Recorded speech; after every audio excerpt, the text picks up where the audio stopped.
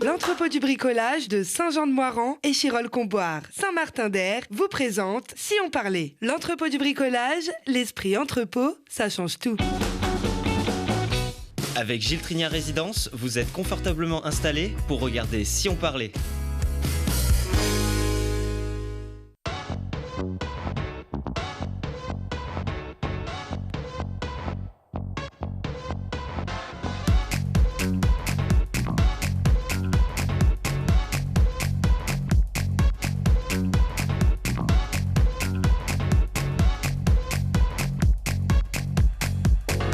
Bienvenue à tous, très heureuse de vous retrouver, toujours fidèle auprès de ceux qui se bougent pour faire bouger les lignes, ceux qui nous inspirent et qui ont des expériences absolument magnifiques à vous faire partager. Aujourd'hui en particulier, on ne déroge pas à cette envie, ce besoin national de faire perdurer la magie des JO de Paris 2024 avec ces Grenoblois qui ont fait partie de l'aventure au plus près des athlètes en les guidant dans leur parcours, en leur concoctant de beaux petits plats, en prenant aussi la vedette devant la Tour Eiffel avec des milliers de personnes tout autour ou encore en divertissant les visiteurs, en transmettant le message de l'inclusion. Ils sont là et dans une forme olympique, avec nous déjà 2 champions du monde. Et oui, en voici un. Jérôme Neuville, triple champion du monde, cycliste sur piste, mesdames et messieurs, bienvenue. Merci. Et comment on se retrouve ? Alors, désormais agent de Grenoble-Alpes Métropole et chaperon des athlètes au Club France. On va découvrir ça tout de suite. Alain-Patrick Fauconnet, champion du monde, mesdames et messieurs aussi, de pizza gastronomique. Oui. Et oui, on en est très fiers. Restaurateur à Grenoble et chef cuisinier au village olympique. On a beaucoup entendu parler de ces fameuses cuisines du village olympique. Vous allez tout nous dire. Vous avez apporté un muffin ou pas ? Pas du tout. Il n'y en a plus. Ça commence bien. Il n'y en a plus. Non, il n'y en a plus. Mais maintenant, heureusement, il y en a partout dans le monde. On va voir ça. Kylian Drake, bienvenue. Enchanté. Alors, vous êtes aussi un champion de breakdance. Bon, Danseur hip-hop, on dit, c'est ça ? Ouais, ou danseur de breaking, De ou breaking. b-boy. C'est vrai qu'au JO, la discipline, c'était le breaking. Et vous vous êtes produit chaque jour, alors non pas au parc de la Concorde, là où avait lieu cette fameuse compétition de breaking pour la première fois au JO, mais au parc des Champions, au Trocadéro, devant 13 000 personnes. C'est ça. Vous nous racontez ça dans un petit instant. Et Raphaël Rossato, bienvenue à vous aussi, des Big Bang Ballers, qu'on connaît bien à Télé Grenoble, qui transmet chaque jour le message de l'inclusion par le sport. Et vous avez été animateur au Club France, aux Jeux paralympiques, avec cette association magnifique. C'est ça. Et d'une manière quand même bien festive aussi, ce message, il est bien passé. Alors déjà, vous tous, est-ce que comme nous, par exemple, vous y êtes encore ou c'est un peu retombé, cette folie des JO ? Avec les Jeux para, c'est vrai que ça a prolongé un peu la fête.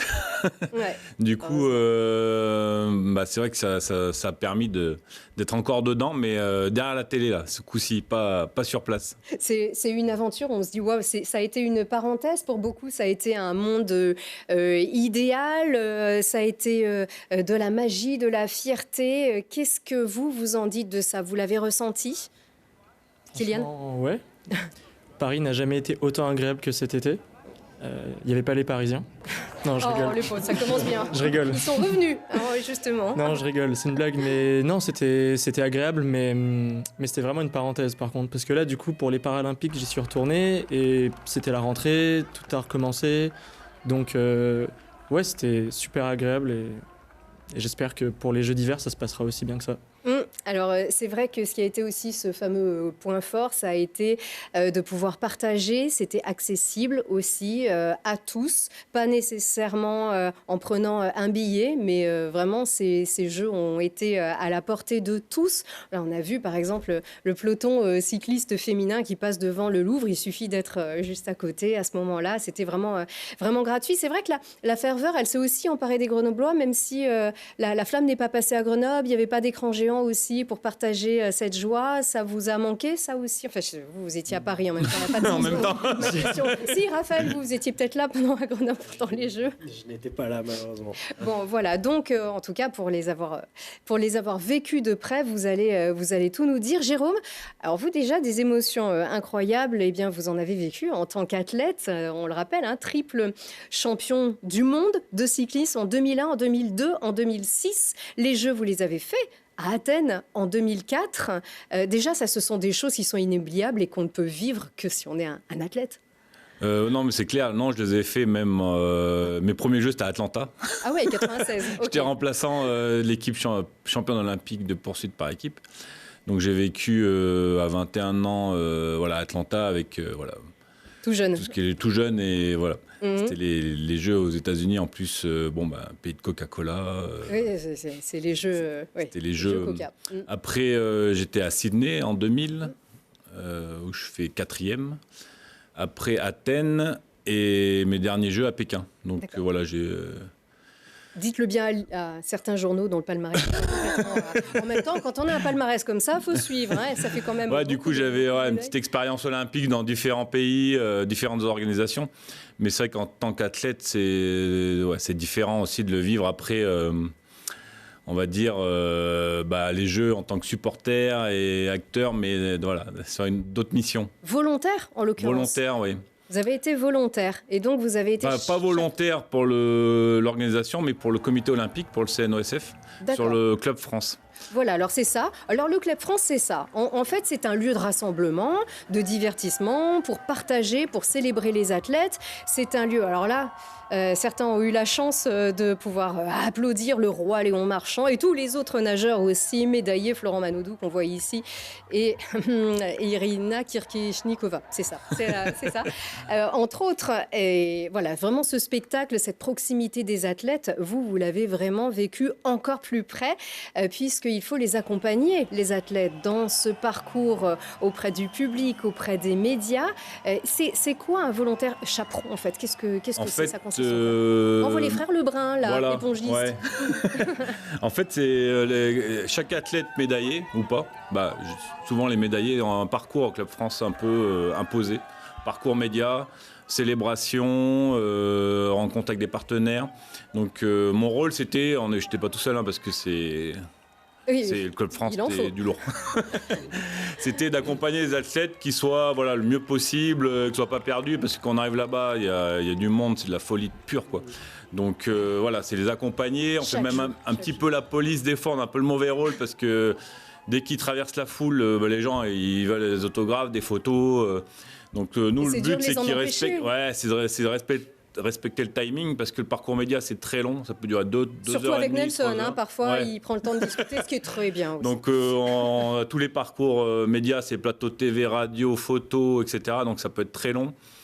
C'est vraiment les accompagner au mieux et qui se sentent, s'ils ont besoin de boire, de quelque chose, aller aux toilettes, les accompagner. Enfin, c'est un peu un rôle. Et puis aussi, alors, ils sont sympas. Parce que forcément, vous, c'est les médaillés. C'est vrai qu'ils arrivent, ils sont dans un état c'est euphorique. Et quand ils voient le monde et tout, la foule qui les... Enfin, c'est des... Ouais, ils arrivent là, c'est un truc de fou, quoi. Il y en a énormément, ils s'adressent à chacun d'entre eux, ce qui est assez exceptionnel. Comme Léon Marchand, à un moment, on a vu, il y a eu une petite polémique, il avait refusé un autographe, une photo, une petite fille. Mais c'est pas de sa faute à lui, parce que... C'est la vôtre.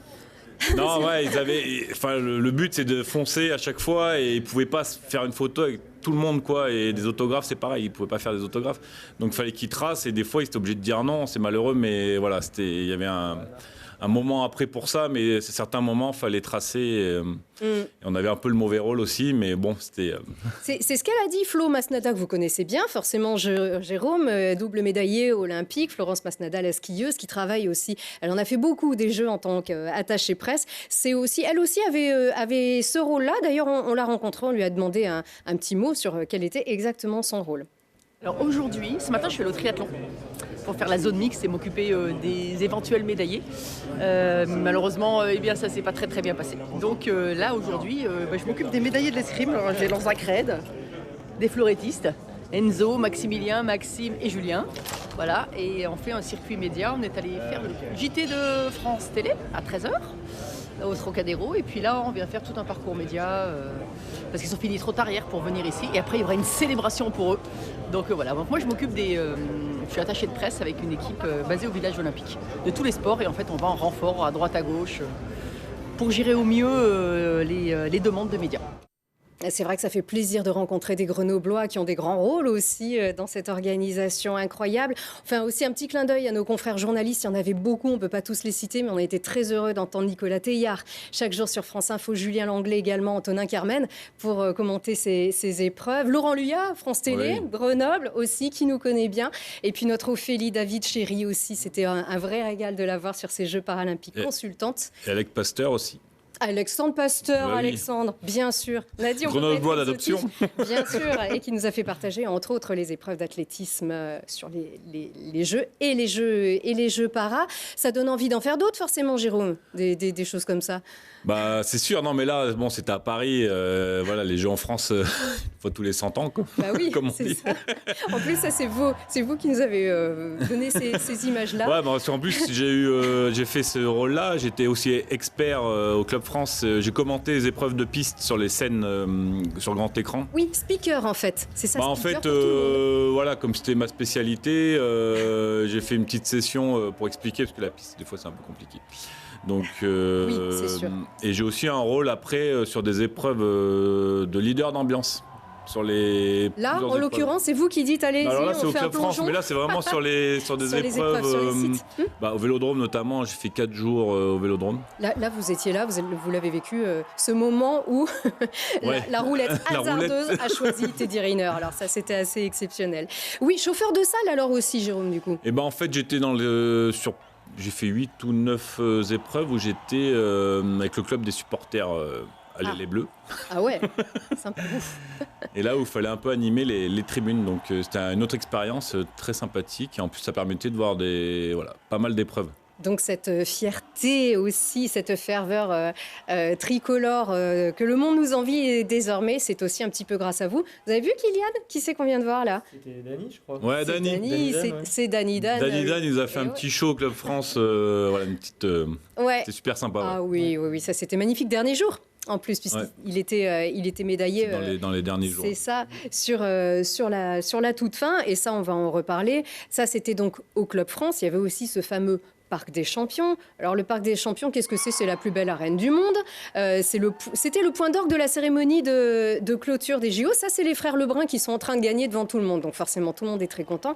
Vous voyez vraiment sur cette avancée sur le Trocadéro, avec chaque jour la cérémonie de réattribution des médailles quand certains ont été disqualifiés pour dopage plusieurs années après. Ces athlètes médaillés pour de vrai ont droit à leur cérémonie. On peut célébrer. Alors là, en l'occurrence, c'était Colivast, hein, le champion tahitien de surf, champion olympique. C'est vraiment cette proximité devant 13 000 personnes chaque jour, une fête incroyable. Ça aussi, c'était vraiment la force des JO, c'était de pouvoir voir des épreuves, mais aussi de célébrer tout le monde. Et parmi les vedettes, Kylian.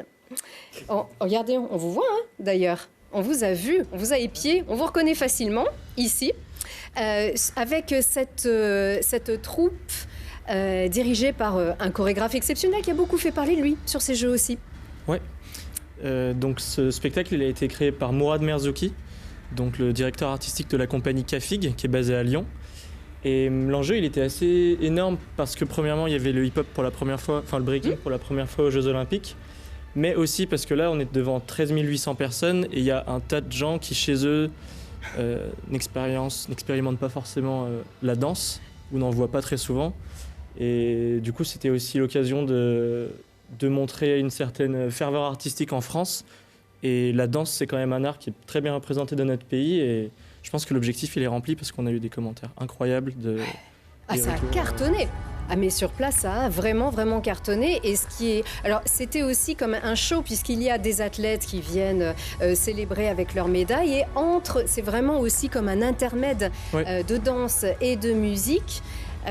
Qui est très suivi. Alors là, les images qu'on a vues juste après vous, il y avait Carl Lewis hein, sur scène, ce qui parle à beaucoup d'entre nous. Vous vous êtes pas croisés, en tout cas, vous vous en êtes pas trop aperçus, parce que j'imagine que vous êtes un peu dans le show, déjà dans le dur, très concentré. Ouais, et puis franchement, juste après le spectacle, on a juste envie de boire de l'eau, Ouais. taper une sieste, manger un truc sucré. Et après, peut-être qu'on se douche et on rencontre des fois les athlètes en backstage. J'ai pas croisé Carl Lewis, mais Mais qui alors?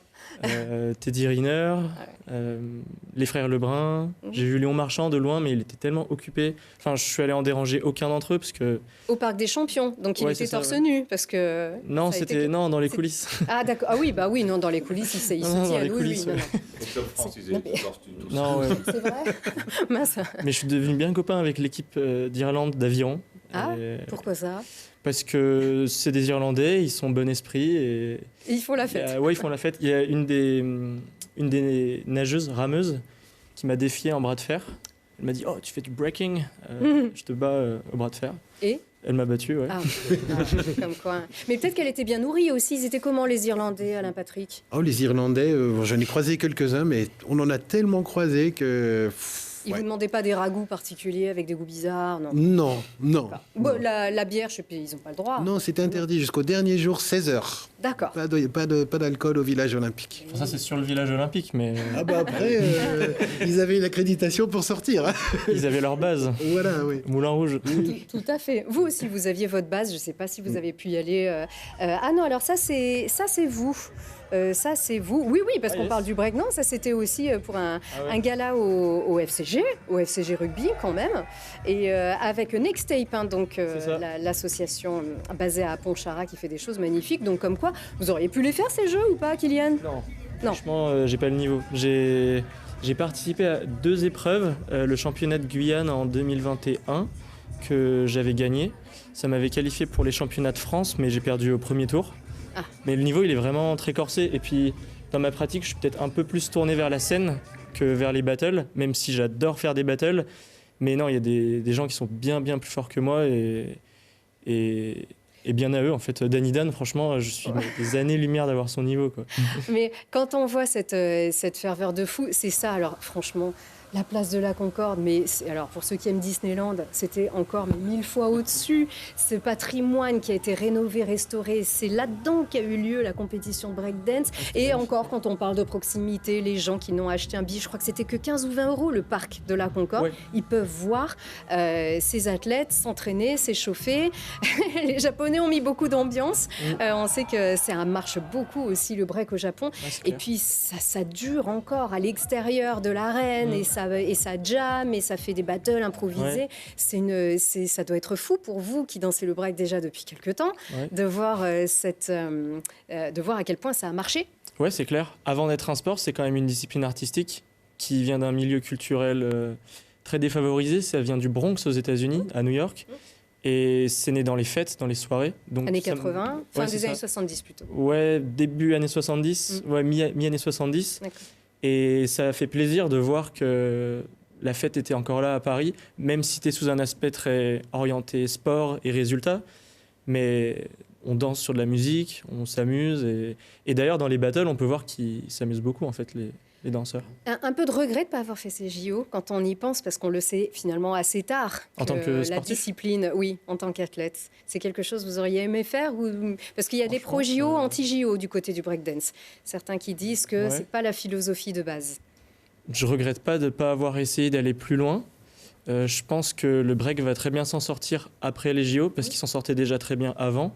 Je pense que c'est une opportunité qui a mis la lumière sur notre discipline et c'est magnifique. Et pour ça, j'en suis reconnaissant. Mais sinon, à part ça, non, moi je suis très confiant dans le fait que ça a surtout mis la lumière sur notre discipline et ça va certainement amener des choses positives, même si ça me fait un peu tiquer qu'on dise tout le temps que c'est un sport, parce que ça reste quand même subjectif, c'est une discipline artistique. Mais non, je suis fier. Et en plus, les Français, ils ont tout déchiré cette année. Donc, C'était trop bien. ouais. Et par contre, on ne sait pas si on peut mesurer. J'imagine qu'il y a beaucoup plus d'inscriptions dans les MJC, Ah, je dans les pense, assos cette année. ça, Ouais. j'espère, ouais. Et, Bon, on et l'espère aussi, gros big up à Sissi, qui a fait quart de finale en Big Girl, donc chez les femmes en break, qui est de Saint-Étienne. Et on n'en parle pas assez parce qu'elle a perdu en quart de finale, mais elle a moins de 18 ans et on va vraiment en entendre Très parler, je pense. Très très jeune encore. Bah oui, on va suivre aussi. Ah, les filles qui ont eu droit à Snoop Dogg hein, pour les 3 coups de bâton. Ah, Snoop Dogg, Ça, c'est drôle, c'était ouais. quand même chouette aussi, Ouais. magnifique aussi, pour ouvrir cette compétition féminine. Bon, il faut les nourrir aussi quand même, ces athlètes. Où est-ce que ça se passe? Ça se passait au village olympique. Ça a fait beaucoup... là, ça c'est un petit sujet qu'avait réalisé le Parisien avant les Jeux. Ça a fait quand même beaucoup causer, en bien ou en mal. Il y a eu les deux. Alain Patrick, vous qui étiez chef. Vous n'étiez pas seul. Ah non, Vous n'êtes heureusement. pas le grand chef des... Du tout. Non, on était 12 chefs, on va dire un peu responsables, et on nourrissait pendant les Jeux Olympiques entre 40 et 44 000 personnes. Alors, on ne va pas dire que ce n'était pas des repas, c'est ce qu'on appelait des passages, en fait. C'est-à-dire que c'était, j'allais dire open bar, non, c'était all inclusive, on va dire, et les athlètes pouvaient venir manger quand ils voulaient, ouvert 24 heures sur 24, donc de la production toute la journée. Et Après, c'était vous qui décidiez qui proposiez les menus ou c'était imposé avec des produits imposés? Alors, c'était tout imposé à l'avance. Ça a été préparé longtemps en avance. Et c'était préparé, c'est pas du réchauffage sur place. Hein. Ah non, il y avait des choses qui étaient préparées, des choses qui étaient finies. Bon, moi, j'étais beaucoup au dessert et fromage, donc il y avait des petites finitions à faire. Et la pizza? Non, la pizza, je l'ai laissée de côté. Je suis allé voir les petits jeunes qui faisaient la pizza. Ils étaient très gentils, mais... Vous êtes allé les embêter en disant il faut mettre des noix de Saint-Jacques par-ci par-là. Non, là, c'était pas possible. Mais en fait, ils faisaient environ 2000 pizzas par jour. Oui. Donc, ils n'avaient pas vraiment le temps de mettre les petites fleurs. Voilà. Vous les avez goûtés avec Oui, bien bien sûr. d'humilité. Oui, voilà, tout simplement. Mais... Et vous, ce que vous faisiez, j'ai vu des Saint-Marcelin aussi. Dans ce vous pouviez quand même proposer des petites choses. On avait des produits qui étaient de qualité, notamment au niveau des fromages. On coupait les fromages. Alors, à titre d'idée, par exemple, à un moment, on avait le maroilles. Ah, ça a marché? Ça a marché, ouais, mais quand vous voyez le les stock, masques, finalement. le stock qui arrive, vous en avez 400 à faire couper. Il y a l'odeur qui dure quelques heures. Voilà. Non, il y avait vraiment des produits de qualité. En fait, je pense que l'accent a été mis pour faire découvrir des produits de qualité. Alors, on a vu Alexandre Mazia, là, avec qui vous avez posé, voilà, chef 3 étoiles. Ça fait. faisait aussi partie de ces objectifs du village. Oui, tout à fait. L'idée, c'était de leur faire pouvoir déguster quelques plats. On est bien d'accord, ils ne faisaient pas pour 40 000, lui. Hein. C'était de faire déguster leurs plats emblématiques. Donc, on a eu Alexandre Mazia, on a eu Amandine Chéniaud et Abraham... Bella... Bref, des très grands. Il est très sympa. Voilà, Accramé, pardon. Ouais, je cherchais le... Voilà. Et parce que vous étiez aussi chargé des desserts. Bon, on a aussi beaucoup entendu parler de ce rationnement, entre guillemets. Il y a eu des fakes, des non-fakes. Est-ce que, oui ou non, ils ont mangé à leur faim? Et est-ce que c'était très bon? Alors, manger à leur faim, on va être honnête, les premiers jours, on ne savait pas où on allait. Les menus avaient été faits par des chefs et des diététiciennes et ils étaient partis sur la base des sportifs. Or, comme j'expliquais tout à l'heure aux collègues, tout le monde ne mange pas pareil. Dans le vélo, on est très maigre, mais on mange beaucoup quand même. Oui, ça dépend. Ouais, voilà. Puis au village olympique, il n'y a pas que des athlètes surtout. Oui, en plus, mais... Il y a tous les kinés, le staff, la moitié, c'est pas des athlètes. Hein, c'est pas des athlètes. Puis après, vous avez, je citais par exemple tout à l'heure l'exemple, un matin au petit déjeuner, la personne avale 30 œufs durs, quoi. Regardez, on dit, une personne, 30 ? Oui, on comptait parce que un petit jeune me dit tous les matins, il prend beaucoup d'œufs durs. Qu'est-ce qu'il faisait, ce garçon ? C'était un haltérophile, je crois, de mémoire. Ah oui, il y a des sports, dans les sports, ils ont des poids, les poids lourds, soit en judo ou en... Oui. On a discuté avec Teddy Riner et Teddy Riner il dit moi je mange pas une cuisse de poulet, c'est 2 poulets à la maison. Oui. Alors moi qui l'avais croisé à Grenoble au Tour de France il y a très très longtemps, il m'avait dit son secret c'est qu'il buvait beaucoup de lait quand il était petit. Il a dit ma maman donnait tout le temps du lait. Assez de lait au village olympique? Ah, il y en avait, oui. Alors, il y avait des laits diététiques, on faisait beaucoup, par exemple, il y avait beaucoup de pâtisseries sans gluten. On essayait de tout respecter. Ouais. Il y avait un restaurant halal, donc où tout partait, était vraiment halal 100%. L'asiatique, c'était tout asiatique, on va dire. C'était quand même une sacrée expérience sur 7 restaurants. Donc, un gros défi. C'était pas les Jeux Olympiques les plus inclusifs sur ce genre d'aspect, par exemple? J'ai beaucoup entendu parler de... La nourriture halal, sans gluten, pour les végétariens, oui, etc. c'était vraiment prévu pour. C'était prévu, oui. C'était prévu pour. Il faut de la cuisine des régions, il y a en des fait. choses de région. Il y avait, c'était vraiment exceptionnel. Puis nous, contrairement à Jérôme, nous, on voyait les sportifs Alors, médaillés, non médaillés, et on pouvait, c'était la grande détente, quoi. En fait, c'était les médaillés arrivaient toujours après, dans la nuit pour manger, n'est-ce pas? On les voyait au petit matin, on pouvait discuter, très abordable, franchement, une expérience inoubliable. Vous avez rencontré plein de beau monde. Plein. Zinedine Zidane, par exemple, très très sympa, franchement. Yannick Noah, qui est venu pour les Paralympiques encourager. Il y a eu pas mal de gens qui venaient au Club France pour voir les sportifs. Et puis, ce qui est très, très marrant, tous les médaillés français, le lendemain, passaient forcément au village olympique. Et ça, on les croisait tous, quoi.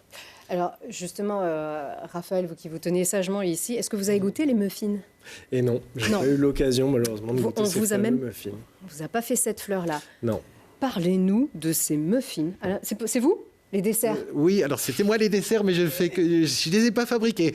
C'est lui qui a fait le buzz. C'est le nageur norvégien, Henrik Christiansen, qui a été complètement obsédé par les muffins du village olympique. Alors, pour info, il est déjà arrivé à New York, ce muffin. Oui. La recette, on la trouve partout sur le web. Moi, j'ai des amis qui l'ont goûté, qui ont voulu, qui m'ont dit bof, c'est pas, non, c'est pas bon. Si, il faut pas exagérer, c'est pas mauvais. Non, c'était pas. Moi, personnellement, si j'ai une critique, c'était trop chocolaté à mon goût, mais voilà, c'est tout. Ah ça doit être bon, ça. Oui, mais il y a des limites quand même. Bon, ils n'ont pas dû trouver le bon. Ils n'ont pas dû trouver le. On en passait énormément, et le fameux Norvégien, lui, quand il arrivait, il prenait comme ça, quoi. C'était. C'est pas le seul, hein. C'était crémeux. Non, il y avait un petit cœur caramel, c'était chocolat, cœur caramel. Ah oui, d'accord. Des petits morceaux de caramel dessus.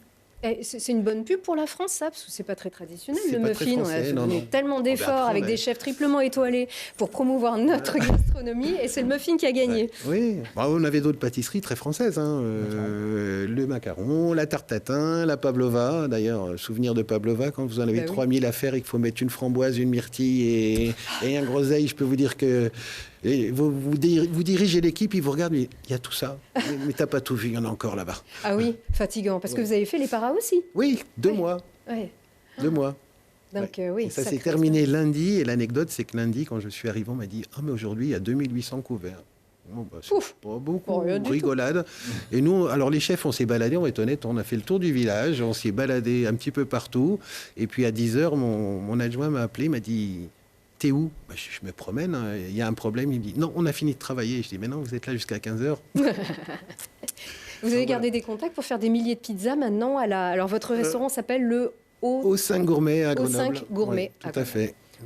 Vous les avez recrutés comme ça? Il y a certains sportifs qui m'ont dit qu'ils passeraient. Voilà, dont un médaillé d'or qui m'a dit qu'il venait de temps en temps à JR. Donc, je l'attends. Le petit défi, vous seriez capable de reproduire le fameux muffin? Il faut faire un petit buzz là quand même, si vous étiez au village olympique. Ça doit être faisable. On essaye. Allez, on va essayer de faire ça. Voilà, on se tient bien au courant. Donc vous, non? Oui. Non, j'ai pas eu de muffin malheureusement. Vous mangez où au Club France? Au Club France, il y a un petit restaurant pour les travailleurs du Club France. Des petits food trucks aussi qui étaient sympas. Il y avait des food trucks très sympas. Non, on a été bien nourris quand même. Bon, quand même, vous y avez passé du temps. Alors, les JO, vous n'y étiez pas, mais les Paralympiques, vous y étiez, parce que avec votre asso qu'on connaît bien à Télé Grenoble, les Big Bang Ballers, vous avez été sollicité, vous avez été invité pour faire passer votre message au village olympique, ce qui fait que c'est ça le Club France, à la Villette. Il n'y avait pas que la France d'ailleurs à la Villette, il y avait tout le monde ici dans la grande halle de la Villette, c'était quand même sacrément bien fait, et chacun pouvait participer, faire des activités. On parlait d'haltérophilie, on pouvait même lever des poids et plein de choses pour les enfants aussi, et pas que célébrer les athlètes. Et vous, c'était quoi votre mission alors dans tout ça, au moment des paras? Du coup, notre mission là, au niveau des paras, c'était de proposer en fait des animations sportives sur le Club France, parce que les gens viennent aussi pour voir les athlètes célébrer, mais aussi passer du temps et justement découvrir des disciplines. Et l'idée pour nous, c'était de promouvoir un petit peu ce qu'on fait à Grenoble, les activités qu'on propose aux Big Bang Ballers. Et du coup, l'inclusion par le sport. Exactement. La fête. Et la fête. C'est indissociable. Le plaisir, en fait, de pratiquer le sport, finalement, de sortir un petit peu de cette logique uniquement compétitive et de se dire, on est capable de faire du sport tous ensemble. Comme vous le faites à la Bifurque aussi. Comme on peut le faire à la Bifurque, comme on le fait maintenant aussi à la Correspondance à Grenoble. Ouais, les Big Band Ballers, ils organisent. D'où leur nom aussi, du basket. On a vu, ça ressemblait au break, là, ce qu'on a vu un petit peu avant. Oui, on a eu des danseurs avec nous Régulièrement d'ailleurs. Ah oui, et puis chaque membre du public est un danseur quand on vous voit, tellement vous savez aussi semer ce message de paix aussi, d'abord d'inclusion et de paix avec la fête. Bon, de là à faire ça au Club France, je ne sais pas si c'est vraiment ce qu'on vous demandait. C'était en fait proposer du basket fauteuil, des initiations à ça. C'est ça, l'idée c'était de proposer chaque jour une discipline différente. On a du coup les grands sports co, on a proposé du volley, du basket, du foot, du handball et du rugby. Et sous différentes formes. Donc on a fait du basket fauteuil et du rugby fauteuil. Donc ça, c'est effectivement une chose qui fonctionne très bien parce que voilà, ça permet aux gens de s'initier aussi à ce que c'est que de se déplacer, d'utiliser un fauteuil sportif. Et c'est très intéressant. Et on a pu aussi mettre en place du coup les variantes qu'on a créées, qui sont des variantes de sport inclusif, notamment pour le foot et pour le hand, où on a proposé vraiment des variantes qui ont permis en fait de mélanger les personnes qui qu'elles soient. C'était des valides en général qui pouvaient y participer, des valides, des enfants, c'était qui votre public? Le public du Club France, surtout sur les Paralympiques, il était très varié parce que du coup il y a des adultes, il y a des enfants, il y a des scolaires, il y a aussi des structures médico-sociales, donc avec des personnes en situation de handicap. Des familles, des accompagnants, Exactement, des aidants, comme on dit aussi. Aidants aussi. Et du coup l'idée c'était de faire jouer tous ces gens ensemble, quel que soit leur niveau, quelles que soient leurs compétences, et du coup en tordant un petit peu les règles des jeux classiques, d'arriver à les faire jouer ensemble, que chacun puisse avoir un impact sur le cours de la partie, et du coup que tout le monde prenne du plaisir à jouer ensemble. L'idée c'était un peu de casser les catégories qu'on a l'habitude de faire pour qu'on se retrouve réellement ensemble sur le terrain. Mais c'est exactement ce qui s'est fait avec ces Jeux paralympiques, c'est presque le but aussi. Est-ce que c'est ce qu'on a vu, je ne sais pas si vous avez vu la cérémonie de clôture, où finalement, oui, la différence, on ne va pas la nier, la différence, mais on est tous différents. Et on a l'impression que le handicap, en fait, en tant que tel, disparaît presque, parce qu'on est tous ensemble. C'est ça l'idée, c'est de mettre tout le monde sur le terrain, en fait. Sans distinction. Alors forcément, dans un but compétitif comme pour les Paralympiques, il y a des catégories parce que on veut que les gens se mesurent les uns aux autres. Des préjugés aussi, il y en a? Des préjugés, il y en a, oui. C'est sûr, mais sur le Club France, il y avait une association assez intéressante qui s'appelle Préjugix, qui permettait finalement de venir déposer ces préjugés et d'en discuter par rapport à ça. Avec toute discipline confondue, là vous parlez de basket ou du rugby fauteuil, je ne sais pas si vous avez eu cette impression, en fait ça se regarde comme une discipline en tant que telle, ça ne se regarde pas comme des personnes à mobilité réduite, des personnes handicapées qui jouent au basket ou au rugby. C'est un sport, c'est une discipline à part entière et qui, ça envoie. Donc ça déjà, quand on voit l'impact 24 heures sur 24 sur le service public, on se dit mais c'est ce que vous faites toute l'année, ça, comment vous l'avez vécu? C'est ça, ça fait très plaisir justement de voir ces disciplines qui sont exceptionnelles et en fait ces sportifs qui sont des sportifs exceptionnels. Il n'y a pas de... Mais même le break, considérer comme ça. Je ne sais pas si vous l'avez vu, Kylian, aussi, et notamment sur la clôture avec... Il n'y avait pas la discipline breaking pour les Paralympiques, mais effectivement, il y avait un spectacle du groupe Ill Abilities avec des gens du monde entier qui sont... c'est exceptionnel. Ouais, c'est génial. Et c'est d'autant plus impressionnant quand c'est du break, mais moi, j'ai vécu ça avec le CC Foot. Voyant le CC Foot, c'était... Vous y êtes allé? Non, mais je l'ai vu à la télé et c'était incroyable, quoi. Oui, oui. Le CC Foot, en plus, c'est vraiment une discipline particulièrement difficile. Mener un ballon sans le voir, juste en l'entendant, c'est particulièrement compliqué. Avec un public qui joue le jeu et qui respecte aussi cette dimension du respect de la fête, mais aussi du respect qui a été magnifié avec ces Jeux paralympiques. Est-ce que vous pensez qu'il y a, dans le cadre de votre discipline, inclusion, on ne parle pas nécessairement du handicap, on parle aussi de l'inclusion par le sport des migrants, des personnes demandeurs d'asile. C'est aussi ce public dont vous permettez autant que possible un avenir à Grenoble. C'est ça. C'est ça, oui. Oui. L'idée de l'inclusion, c'est vraiment il n'y a pas de public cible à l'inclusion. L'inclusion, c'est d'arriver à ce que tout le monde puisse participer au même niveau à une partie et plus généralement à la société. Donc c'est ce qu'on essaye de faire. On essaye d'amener les gens à pratiquer ensemble et justement pour qu'ils puissent se rencontrer. Et de se rencontrer, on apprend à se connaître et quand on se connaît mieux, on a moins peur les uns des autres. Et c'est peut-être ça aussi qui fait du bien et qui fait qu'on peut se retrouver justement sur un terrain de sport ou ailleurs. Quand est-ce qu'on vous retrouve, les Big Bang Ballers, pour que le public vienne aussi vous rencontrer, à la Bifurque notamment? Ouais, pour que le public vienne nous rencontrer, déjà ce samedi, à partir de 15h, s'ils veulent, ils peuvent venir à la correspondance. Les samedis? Non, ce samedi-là, pour des portes ouvertes. Et pour ceux qui n'auront pas vu l'émission à temps, ils peuvent aussi se renseigner déjà aussi. On vous trouve partout sur vos réseaux, sur nos réseaux, nous appeler, on trouve nos contacts facilement. Et un passeport festival aussi encore cette année? J'imagine, je l'espère. Voilà. Il y aura plein de... Juillet quand même, fin juin et encore un petit peu plus loin. En espérant qu'il y ait un avant, un après, de toute façon pour vous c'est sûr. Il y aura un avant, un après JO? Forcément. Ouais. Forcément. Alors vous, on se retrouve, Jérôme, à Los Angeles? Pourquoi pas? Allez. Je connais bien le Vélodrome, j'ai fait plusieurs Coupes du Monde et c'est le même. Ils vont utiliser les équipements qui datent déjà de quelques années. Ouais, c'est pas Atlanta, mais ça sera Los Angeles, voilà, quelques années après. Kylian, je ne sais pas si vous avez eu déjà des sollicitations encore ou d'autres. Non, pas vraiment, mais on verra. Oui, on verra. En tout cas, vous, dans votre cœur, c'est sûr. C'est clair. Les muffins, on se rappelle. Oui, D'accord. Une pizza muffin. Oui, pourquoi pas. Allez, on est capable de tout, nous, sur Télé Grenoble. En tout cas, merci d'avoir vraiment fait perdurer cette magnifique expérience ici sur ce plateau. On fait un petit coucou aussi à Quentin Roland, qui, lui, a été speaker, qu'on connaît bien ici à Grenoble et à Télé Grenoble, qui était speaker chaque jour sur une épreuve différente, un petit peu comme ce que vous avez fait, Jérôme. Et là, c'est vrai que le rythme, il fallait tenir tout ça. Merci vraiment à vous tous de nous suivre encore une fois, toujours aussi fidèles, et à très vite.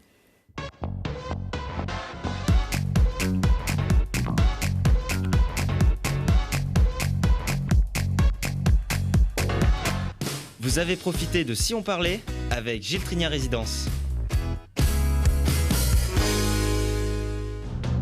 L'entrepôt du bricolage de Saint-Jean-de-Moiran et Chirolles-Comboires, Saint-Martin-d'Air vous a présenté Si on parlait. L'entrepôt du bricolage, l'esprit entrepôt, ça change tout.